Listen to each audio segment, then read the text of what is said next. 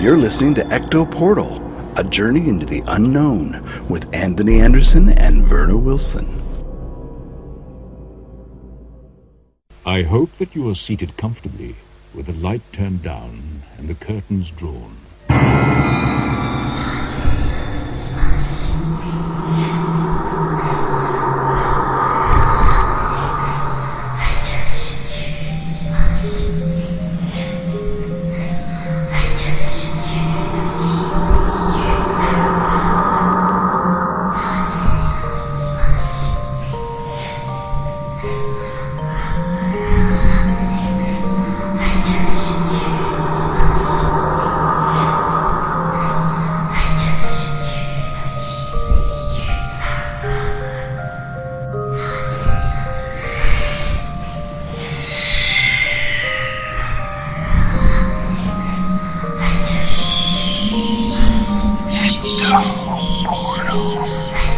Somebody there?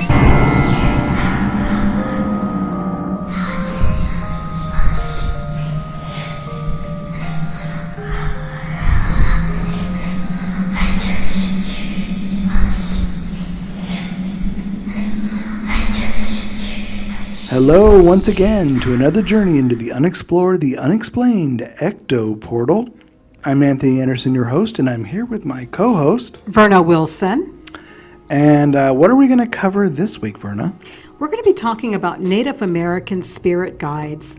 And one of the reasons why I decided to talk about them is because I noticed that in 19th century spiritualism, when spiritualist churches were forming all over the United States, and they would invoke spirit guides. They usually would invoke Native American spirit guides, and they talked about them a lot, and some of the spirit guides became quite famous, and they actually wrote books about them and their teachings. Interesting. And I noticed that with modern spiritualists, I don't hear about it anymore.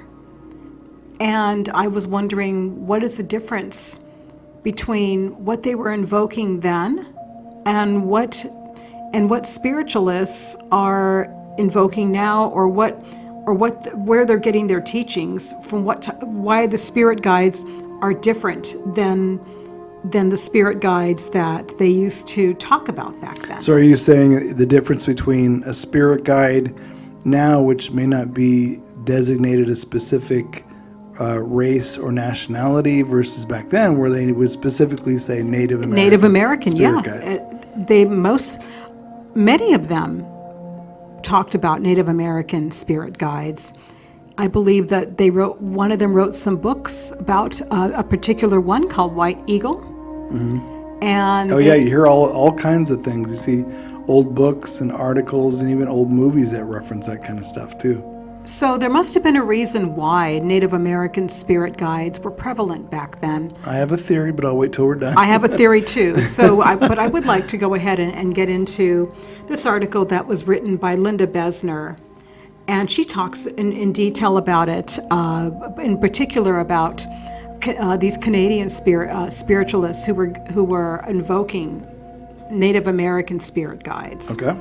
So in the 19th century, spiritualists invoked what they called Indian guides at their seances. White mediums rendered these ghosts about as sensitively as one might expect, but their words are more surprising. In the 1920s, the parlors of white Canadians were chock-a-block with the ghosts of dead Indians. Bright Moon, my Indian guide, came through in his jerky, wholesome manner, recalled the medium Jenny O'Hara Pincock, in Trails of Truth, her account of the home seances that she and her family held in St. Catharines, Ontario in 1929. Pincock was the center of a spiritualist circle, a group of believers who met periodically to contact the other side. Jenny would play the piano while the spirits of her dead husband and miscarried daughter sang duets. Bright Moon declared himself at Pincock's service. "Why do so many have guides from your race?" she asked him. "Me know how to help you draw earth vibrations," Bright Moon replied. He really talked that way? Keep going. It's from her book now, so it must have happened. Okay. Spiritualism as a movement is usually dated to March 31st, 1848, the day before April's Fools, when two sisters, Kate and Margaret Fox, convinced their mother that a spirit was rapping on their bedroom wall and accidentally started a minor religion. With the invention of new technologies like the telegraph, the idea that a medium could conduct messages from the other side seemed hardly more unlikely than a transatlantic cable. That's an interesting parable there. That is an interesting Because parable. you would think back then that idea, the mere notion of being able to do that, oh, that's fantasy. That couldn't possibly happen. And then, oh my God, a medium who can conduct messages from the beyond and we can speak with them? That's amazingly preposterous. We couldn't do that. So the fact that those two ideas were just preposterous is kind of funny if you think about it. It is funny. But then when you think about other inventions that came later, can you imagine how it looked to them? Oh, I'm sure. Yeah. Indian spirit guides started showing up at seances in the 1850s, promising to help white spiritualist mediums navigate the other world as they had helped colonial explorers navigate the New World. Like Jenny Pincock and Bright Moon, that white mediums heard spectral Indians say was just about what you might expect, that they were the redskin mascots of their time. What a way to say that. That's about how you would consider that, considering what they were doing. As Stan McMullen writes in Anatomy of a Seance, a history of spirit communication in Canada, a group of spiritualists at a meeting in Waterloo, Ontario, on September 24th, 1932, even saw a manifestation of an Indian spirit named Blue Snake. The seance notes show him to be at once regal and tame, allowing various sitters to touch his big brawny muscles. Oh, brother. Sorry. What's surprising, as Molly McGarry writes in her book, Ghosts of Future Past, Spiritualism and the Cultural Politics of 19th Century America, is that some Indian spirit guides had quite a lot to say about the racial politics of the time. The Indian spirit guides didn't all speak in Pidgin English. Some talked like they had read too much James Fenimore Cooper. There are but few hours left to lament the departure of a once powerful race, said the spirit of Powhatan, Pocahontas' father, through a 13-year-old girl in 1853. And where is now the Indian maiden who roamed through the glens and valleys, or skimmed over the lake in her swift canoe? All are gone. What is the cause of this downfall of a whole nation? Look to your brothers for an answer. That's actually not something that would be far-fetched. If I were an Indian spirit guide and I saw the destruction of my race and I saw that my lands were being taken over, I would probably say the same thing. Maybe. In fact, in the 1860s, Indian spirits, especially those of historic chiefs like Tecumseh, Ocelio, and Sagayiwatha, got pretty testy. The white man cannot teach the red man, for the red man knows the white man has no justice in his heart. The ghost of Ocelio, a Seminole warrior, told the spiritual circle in 1867, "This is the last time that the warriors on the plains will listen to the words from the white man." Sagayiwatha said in 1868, 38 years after his death, "If these vows are broken now, they will never be mended. The red man will wage an eternal war against the white man." Sagayiwatha from yonder hunting grounds pleads the cause of his people, but he pleads no more than for the white man, for he knows that the white man will suffer as the red man will if white man's vows are broken. Sagawatha's views happened to express the prevailing view among spiritualists at the time, which was radical dissension from government policy of the day. Among the first to spread word that the Fox sisters were truly in touch with emissaries from the other side were Amy and Isaac Post, a couple whose household was a stop on the Underground Railroad and a meeting place for radical Quakers. Spiritualism therefore became anchored in an existing movement for religious and social reform. The vows Sagawatha was speaking of were specifically about the agreements about land use that were being abrogated as white settlers pushed west during the gold rush. McGarry writes, the spiritualist press was a lone voice calling for justice for Native Americans.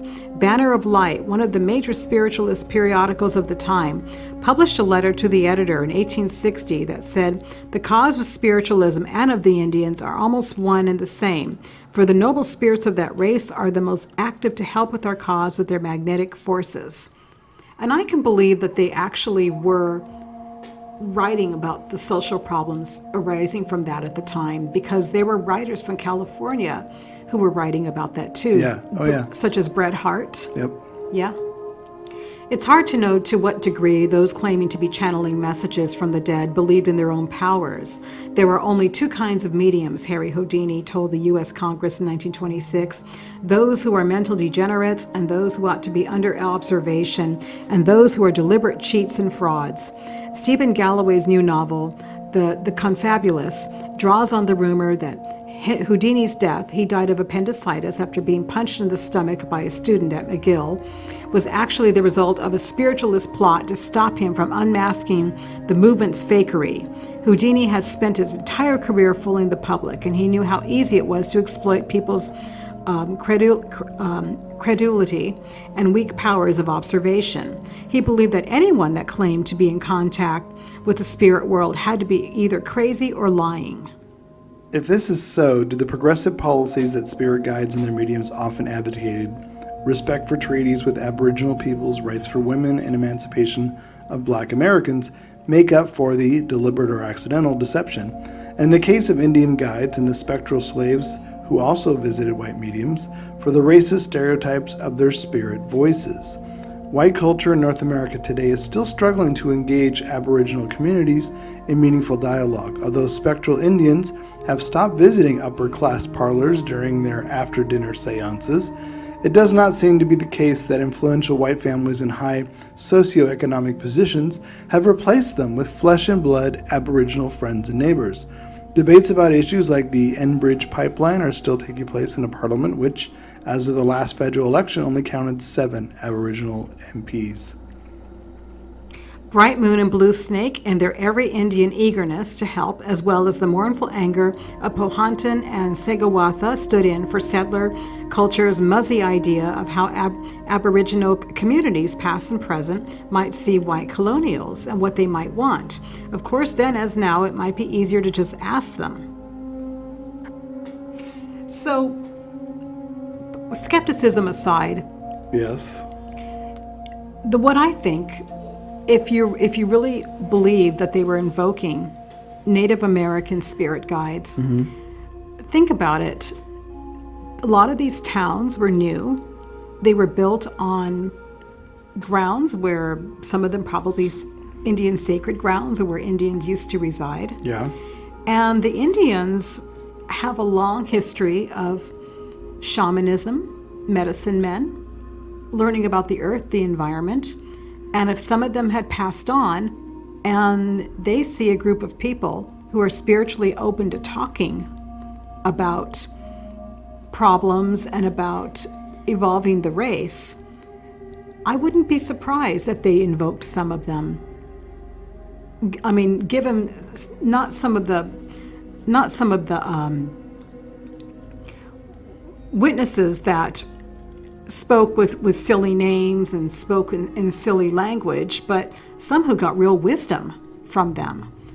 I wouldn't be surprised if they were invoking a lot of them at the time, because they were on Indian land and they probably wanted to pass along their wisdom. That's the way I see it. Okay, now I'm going to go the opposite because I feel the opposite. Okay. Through what happened all the way through the 1800s, wiping out entire Indian, Native American cultures, communities, taking their land, slaughtering them, killing them, and suddenly, what would you say, 40 years later, 50 years later, we're sitting in our parlors. I think there's probably going to be a little bit of guilt about what was done. Sure. So, of course, the spiritualists are bloom from regular religions, but off on their own sort of way of thinking. as far as approaching death, life and death, spiritualism, how they approach each other. Sure. It's a little different than regular organized religion. Right. But I think they're also going to have some sort of, look what we did, look at the devastation we caused, the people whose land we invaded, we took their land, we slaughtered them. Sure. So they, of course, they would know more than we do now. If only we'd not done that and listened to them. So let's try and attract them as a spirit to ask for their wisdom. And so thus the age of spiritual Native American guides is born. I know, all of these different Native Americans, like, oh, and the fact of the way they talk, me not help you, white man. That's the way a white person says a Native American talks. Well, that's what I mean. Witnesses who didn't talk in that silly language. A lot of the channelings could have been some actual wisdom, but we're not hearing about it because we're only reading. But I would believe it more if when they were channeling Native American spirits, whom many probably never spoke English, never have spoken English. I agree with that. So if you've never spoken English and you've never encountered people who speak English, to suddenly show up at a seance, be Native American and say, not only do I understand you, now I'm going to teach you what you should have done. You should be shameful of what you've done, and I'm going to keep coming back to your parlor sessions so that your friends and family can grope me during the seance. I was a little weirded out by that one. So to me, none of that rings true. None of it rings true. It sounds like people really want it to be a Native American guide, spirit guide, because A, they can say, oh, I was in tune with the Native American spirit guide. I understand their plight and we shouldn't have done this. And now they're telling us their wisdom and to help us be better people. I think that's guilt. I think that's wishing. And I can see where it can turn like that, and too. it sounds like it turned into a popular trend for spiritualists to have your own Indian spirit guide. Because I remember even in the 70s, you would hear TV shows and movies, it'd be comedies, and they go, what's she doing? Oh, she's channeling her Indian spirit guide. Oh, I forgot about that. You always that was hear popular back then. It was like a joke for spiritualism, like, oh, they're channeling their Indian spirit guide. It was a joke for a long time. She's beating the drum to bring him forth, you know what I mean? Well, that's the reason why I thought that was a good subject for this program, because it was a joke, so I figured we'd look behind the joke and see what was really going on back then. Yeah, I mean, they're now don't get me wrong, for real Native Americans trying to summon their ancestors and relatives as a spirit guide of a Native American, maybe even on a reservation of people that is part of them, part of their past, to me that's a little different. It's not as disingenuous as a white Victorian sitting in their parlor after dinner inviting the neighbors over to channel, Chief Powhatan. I agree. It would be have a different feel if it was a real Native American whose generations of family were shamans and medicine men. Mm-hmm. And yeah, I agree. And a lot of spiritualists adopted the shaman practices, the medicines, the herbs, sure they did. Some of the practices. Sure. Because they would get it from different people, and they would use this, a little of that, mix it together. Right. I mean, that's how any kind of spirituals or ritualistic ceremony is done, is you borrow from other ritualistic ceremonies and practices to make up what you think is right for you. And I do think that some of them were very well-meaning as well. They were well-meaning, even if they were not necessarily channeling the real thing, or even if it was wishful thinking. I think a lot of their intentions were well-meaning. See, I could believe that, because I think it could also be a percentage of peer pressure in the spiritualist community. Oh, sure. That, Sally has a Native American spirit guide. Well, I have one too. Mine is a basket weaver. Mine believe hunts. that. Yeah, Do you know what I mean? that can go on. Sure. I think it could become peer pressure, popularity. It's new. It's in vogue to have a Native American spirit guide. Sure. And it probably was accepted. But I mean, I would think most Native American spirits would be like, I'm not here to give you wisdom. I would like to haunt your ass for the rest of time for wiping out my village. I'm sure that there were probably real Native American spirits who felt that way, and they weren't captured in books or no or or they might have been captured in the seance, but nobody wants to talk about it. Yeah, and I mean, it just seems a little, when you read about old spiritualism and seances, a lot of the articles about in the history and books and stuff, it just sounds a little too, the truth is, sounds like it's just bent and conformed to what they want, Sure, as opposed to what might really be, if anything at all. So I have a hard time swallowing this, my Native American spirit guides. I could see Native Americans having spirit guides of family and friends and, sure. and maybe their own customs be and different. practices. But a white Victorian after dinner in the parlor, I have a hard time. I could see they could evoke Uncle George or something who drank too much. Somebody from their family or an ancestor. Yeah, someone in their community, someone in there. Not to say it's anyone's racially specific in a seance, because you aren't. You have no idea who you're talking to, really. But on the other hand, if they're living in lands where there's a lot of, like, take for example, the town of Mount Shasta. Mm-hmm. Okay, there is a Native American sacred place near Mount Shasta that I went to, and when the town was in its early phase, and they were hiking and they were having their seances, because I do believe a lot of spiritualism was in Mount Shasta back then. Mm-hmm. I'm sure. Well, there's energy there. I can see them attracting the energy because they're around it so much. But how much of it was genuine that came through is the real answer.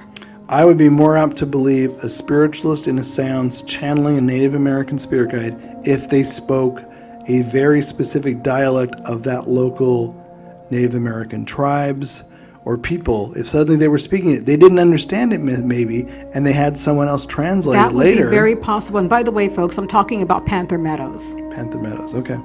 Well, there's supposed to be, that's one of the energy spots anyway, right? Yeah, Mount Shasta. I actually was there. It's a very high energy spot.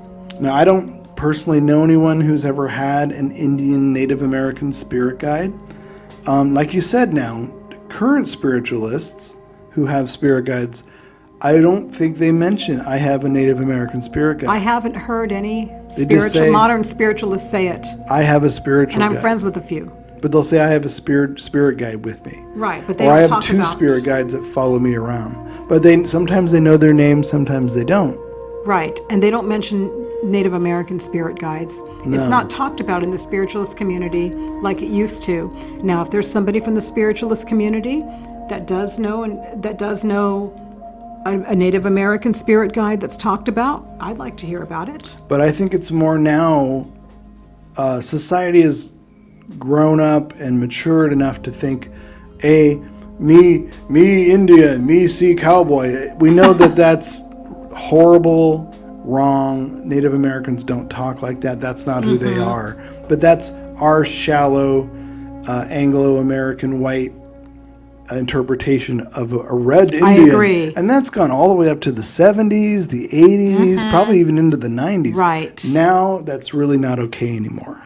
So it's not okay. I think we've finally progressed where people who are spiritualists now don't say, me have red-faced spirit guide here, Or touch his muscles. Big feather here. Like, yeah, let's all fondle his muscles while he's here in the seance. Whatever. I would actually like to hear from Native Americans who their spirit guides are and what they're teaching, because we all know that the environment and nature needs a lot of help.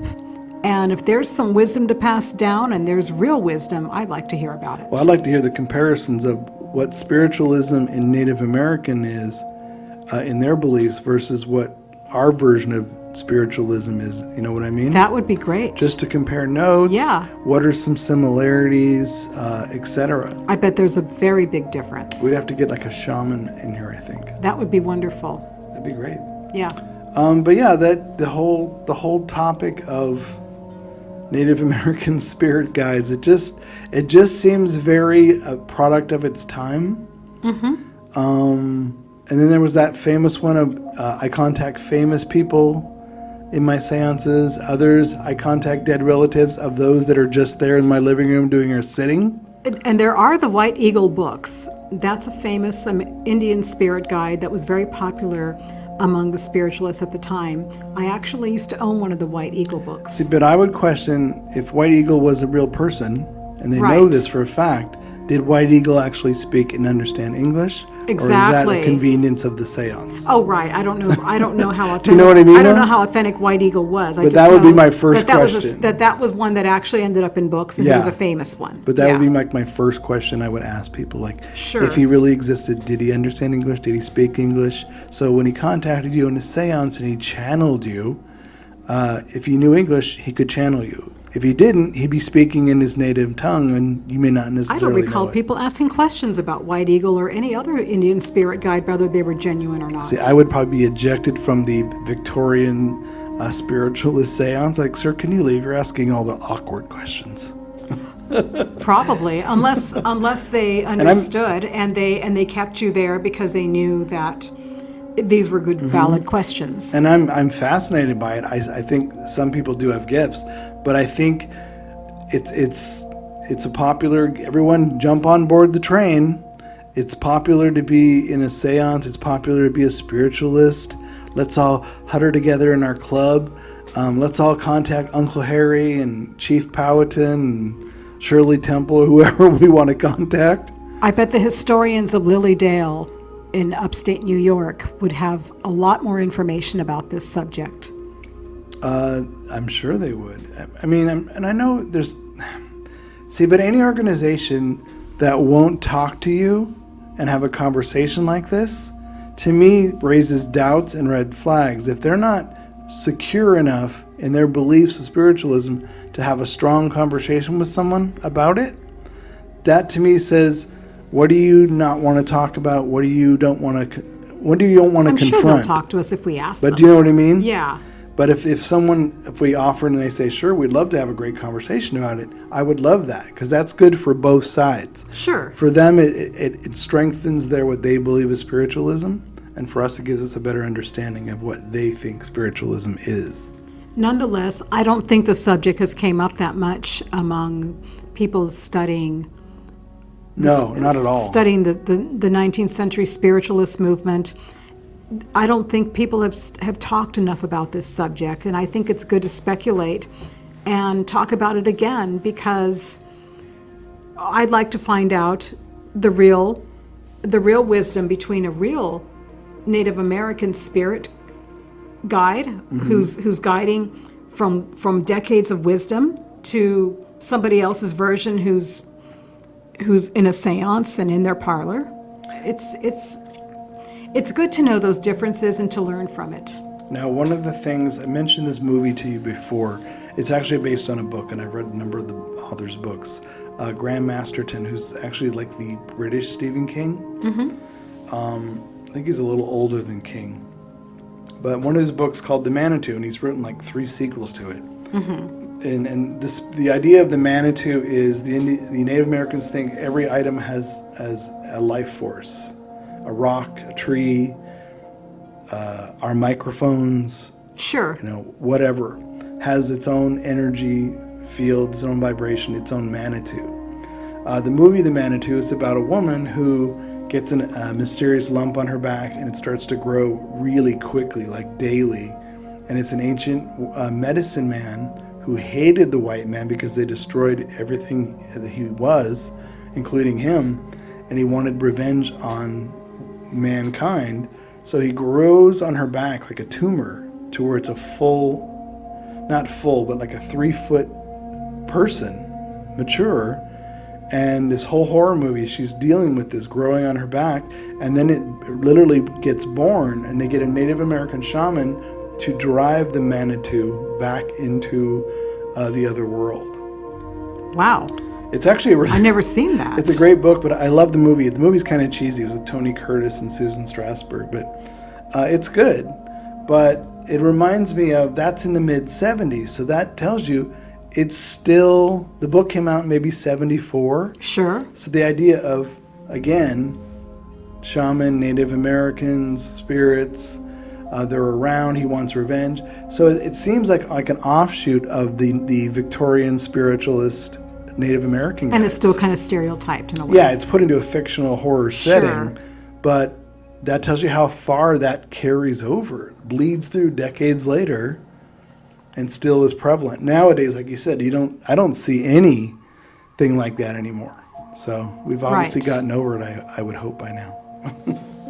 Right, unless it's somebody who is a Native American and they're channeling family wisdom or wisdom that they've learned from their tribe and from their ancestors. And then I would be more apt to listen and believe it. Yep, I liked this article because she very much tongue-in-cheek points out that there's a lot of racism going on besides Sure. just having a Victorian Yeah, it's a great seance. article. It rides, it's pointing out to you how they rode the fence of being just offensive by saying I'm channeling my Native American spirit guide to this is what's popular and it's crass and it's it's an interesting article that kind of looks at both angles, but it was a good idea for a show, I think. Yes, I think so too. And I'm glad we covered it, and I'm still open to learning more. And Yeah, I'd yeah. like to hear more about this subject if anybody has any information. And I would also like to get a real shaman on the show. I was just going to say that'd be a good show. Yeah. Ectoportal@yahoo.com, or you can go to our Facebook page, Ecto Portal, and we post articles there. And if you maybe want to know anybody who's a Native American shaman who wants to come on, that'd be great. Or message us directly through the Facebook page, or send an email, like I said, ectoportal@yahoo.com, and we can look into that. Yeah, be wonderful. All right, folks, until next week, that's another show, and we'll see you next week. See you next week. Bye.